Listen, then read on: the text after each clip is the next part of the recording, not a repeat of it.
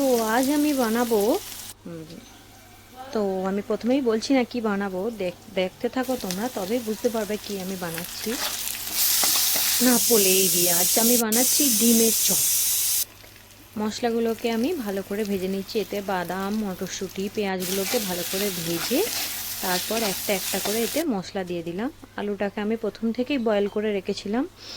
মশলাগুলো ভালো করে কষিয়ে এবার এতে আমি আলুগুলো অ্যাড করে দিলাম। এই আলুটা ভালো করে চটকে নিয়ে এবার এটিকে আমি ঠান্ডা হওয়ার জন্য কিছুক্ষণ রেখে দেব। তো অন্যদিকে আমি ডিমটাও সেদ্ধ হতে বসিয়ে দিয়েছি।